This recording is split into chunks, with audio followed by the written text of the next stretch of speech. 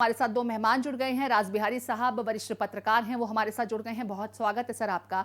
और कांग्रेस पार्टी से प्रवक्ता दीपक झा साहब हमारे साथ जुड़ गए हैं। बहुत स्वागत है सर आपका।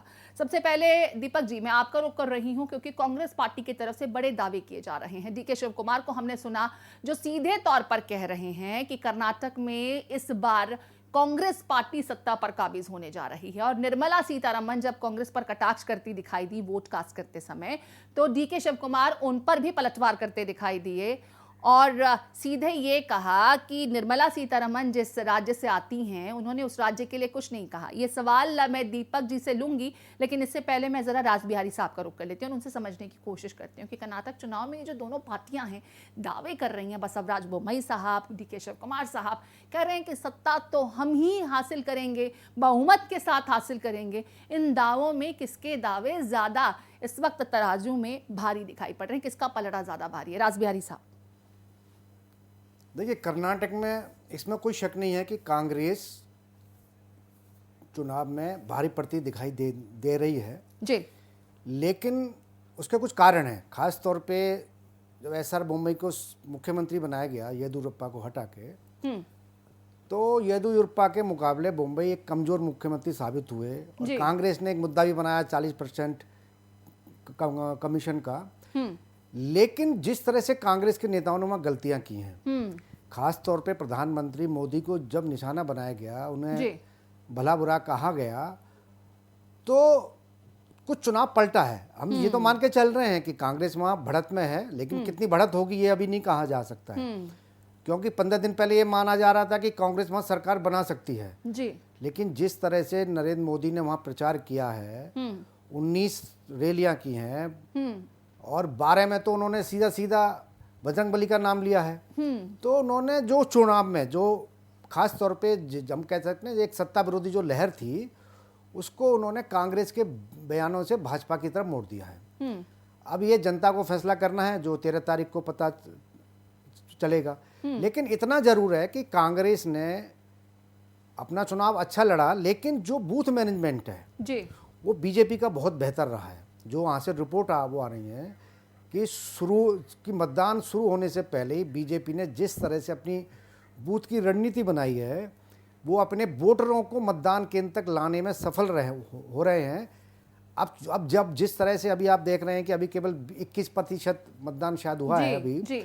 तो उसमें कितने प्रतिशत मतदाता बीजेपी के पक्ष में वोट डालने निकले हैं, तो ये बीजेपी की एक सफलता हो सकती है। सबसे बड़ी बात है कि जैसे पहले हम लोग मान के चल रहे थे कि बीजेपी को बहुत बड़ा घाटा होगा, पिछली बार बीजेपी 104 सीट जीत के आई थी, उसको जो वहाँ के लोग मान रहे थे, या जिस तरह से ओपिनियन पोल आ रहे थे, सर्वे आ रहे हैं चुनावी कि बीजेपी 50-60 सीट तक ठहर सकती है, लेकिन अब माना जा रहा है कि बीजेपी की सीटें अच्छी बढ़ेंगी।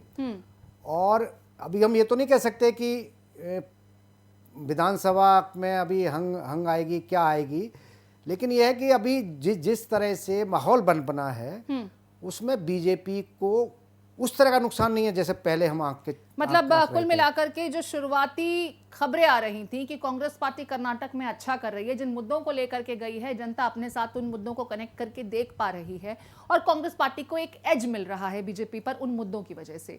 दरअसल वो मुद्दे कहीं हट गए, किनारे रह गए और बीजेपी जिन मुद्दों के साथ आगे आई, जो मुद्दे कहीं थे ही नहीं, दरअसल धार्मिक विषय को सामने ला करके हमेशा जनता के मन में एक ऑरा क्रिएट करने की कोशिश होती है और जिसमें बीजेपी हमेशा से प्रवीण भी रही है, उसका फायदा क्या उसको मिलने जा रहा है? दीपक जी से समझने की कोशिश करते हैं। दीपक जी, कांग्रेस पार्टी के बारे में राज बिहारी साहब से हम चर्चा कर रहे थे और उन्होंने यही कहा कि कांग्रेस कर तो अच्छा रही थी, फिर अपनी ही गलतियों की वजह से थोड़ी सी पिछड़ती हुई दिखाई दे रही है। हालांकि फिलहाल जो एज शुरुआत में उनको मिला था वो एज क्या अभी भी बना हुआ है? बड़ा सवाल यही है। आपके नेता तो दावा कर रहे हैं कि सरकार हम ही बनाएंगे, लेकिन कांग्रेस पार्टी भी उतनी ही जो गर्मजोशी के साथ ये दावा करती दिखाई दे रही है कि बहुमत के साथ आएंगे और इस बार बहुमत के साथ ही सरकार बनाएंगे। देखिए प्रीति जी, सबसे बड़ी बात यह है कि पहले जो लोग कहते थे कांग्रेस चुनाव नहीं लड़ती है, प्रचार नहीं करती, इस बार कांग्रेस को पूरा दमखम से चुनाव लड़ा है और हर एक कार्यकर्ता में जोश है। जी दूसरी बात, नरेंद्र मोदी जी को लिए जो अपशब्द, कोई अपशब्द कहता नहीं। देखिए नरेंद्र मोदी जी ने महिलाओं के लिए क्या कहा, सोनिया गांधी जी के लिए क्या कहा, डॉक्टर मनमोहन सिंह जी के लिए क्या कहा, तो बातें नहीं की कुछ नया। नरेंद्र मोदी जी मुद्दों को अपने ऊपर भावनात्मक खेल खेलना चाहते हैं, जनता से छल करना जानते हैं। बस बात इतनी सी है, क्योंकि नरेंद्र मोदी जी कहेंगे देखो मुझको गाली दिया गया, मुझको ऐसा कहा गया, तो जनता क्या करेगी, फिर कहेंगे मोदी जी आपने महंगाई का नारा दिया था उसका क्या हुआ। तो इन सब वास्तविक मुद्दों से ध्यान भटकाने के लिए नरेंद्र मोदी जी बहुत दीपक जी कांग्रेस पार्टी भी तो ये मुद्दे हर चुनाव में जाकर गिनाती है ना। आपने महंगाई का जिक्र किया, इसलिए सीधे मैं महंगाई की ही बात कर रही हूँ। कौन सा ऐसा चुनाव रहा बीते दिनों जिन जिन राज्यों में हुआ कांग्रेस पार्टी महंगाई के मुद्दे पर नहीं गई, फिर जनता आपके साथ कनेक्ट नहीं होती है, उनके साथ कनेक्ट हो जाती है। वो अपने चुनाव प्रचार में ज्यादा पारंगत है, या फिर आप उन मुद्दों को जनता के साथ ठीक तरीके से न जाके समझा पाते हैं, न बता पाते हैं, न सटीक तरीके से बिठा पाते हैं? कमी किस में है, मैं यही तो समझना चाहती हूँ। बिल्कुल बिल्कुल एक कमी की होती है। एक रामायण की चौपाई है, जान न जाए निशाचर माया काल लेने कारण है। जो निशाचरी और आसुरी शक्तियां ना बहुत आकर्षक होती है, लेकिन उतनी भयावह होती है। तो भाजपा जो है आकर्षक दिखती है लोगों को, लेकिन उतनी ही भयावह। पिछले 5 से 7 सालों में आप देखिए महंगाई में ऐसी कोई चीज नहीं है जो 1.5 से 2 गुना महंगी ना हो गई। कोई ऐसी चीज नहीं मिलती है जो 2 गुने तक महंगी ना हो गई हो। बच्चे दूध नहीं पी सकते, आप घर से दाल नहीं खा सकती, तो कहने का मतलब कुछ बचा नहीं है गरीब का। वो तो आप कह रहे हैं ना सर, जनता पर क्या इन मुद्दों का असर पड़ रहा है, मैं यही तो पूछ रही हूँ। ऐसा थोड़े है कि कर्नाटक में चुनाव हो रहे हैं, इससे पहले और राज्य में चुनाव नहीं हुए, कई और राज्यों में भी चुनाव हुए, लेकिन नतीजों में वो मुद्दे जो आप बता रहे हैं उनका असर तो नतीजों में नहीं दिखाई पड़ता। बीजेपी के अगेंस्ट तो वोट नहीं पड़ रहे हैं, बीजेपी सत्ता से बेदखल नहीं हो रही है। सत्ता से बेदखल कौन हो रहा है आप बखूबी जानते हैं। मैं यही तो जानना चाहती हूँ कि जो मुद्दे आप बता रहे हैं कि दरअसल वो मुद्दे ग्राउंड जीरो पर स्टैंड करते हैं, उन मुद्दों का असर जनता पर पड़ता क्यों नहीं है, वो वोट्स में क्यों नहीं तब्दील होते हैं, कमी कहाँ रह जाती है? बोलने तो दीजिए मुझको जी, बोलने 10 सेकंड बोलने नहीं देती मेरा फ्लो। अरे सर बिल्कुल आपकी पूरी बात सुनी जाएगी, सर बताइए। बिल्कुल सुनिए मैडम, बात यह है कि राष्ट्रवाद का जो चोला था भाजपा का वो बेनकाब हो चुका है। हम और आप सब देशभक्त हैं, आपको और हमको ये बताने की जरूरत नहीं कि आप हमारे तरीके से देशभक्ति का पात्र। इंदिरा गांधी और कांग्रेस पार्टी से बड़े देशभक्त और राष्ट्रवाद कोई नहीं हो सकता है जो पाकिस्तान के 2 टुकड़े कर देते।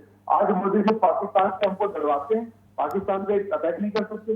तो एक डराने की राजनीति भाजपा करती है, हिंदुओं की राजनीति, मुसलमानों की राजनीति, भगवान से डराने की राजनीति भाजपा करती है। हम विकास की बात करते हैं, हम मुद्दों की बात करते हैं, शिक्षा, स्वास्थ्य, रोजगार की बात करते हैं। मोदी जी आपको खुला चैलेंज है, आप आइए। आपने जो नारा दिया था अब की मोदी सरकार बहुत ही महंगाई की मार, आइए ना चर्चा करिए ना। मोदी जी का एक वीडियो है, कहते हैं घर से निकलते ही अपना गैस सिलेंडर देख लेना, उसकी कीमत याद करके जाना। मैं कर्नाटक वासियों को बोलता हूँ अपने घर का सिलेंडर याद करके जाना भाइयों और बहनों वोट डालने। तो नरेंद्र मोदी जी उन वास्तविक मुद्दों से आए और चुनाव लड़े, भाजपा वास्तविक मुद्दों पर चुनाव लड़े तो स्वागत है। लेकिन जब बजरंग दल को आप बजरंग दल ही बना देते हैं तो इससे गिरी हुई मानसिकता क्या होगी कि भाजपा के लिए बजरंग दल ही बजरंग बली है। इससे जाहिर होता है कि नाथूराम गोडसे ही इनका राम हो जाता है, क्योंकि राम तो उसके भी नाम में है। तो बात यह है कि भाजपा राजनीतिक मुद्दों पर नहीं बात करना चाहती। भाजपा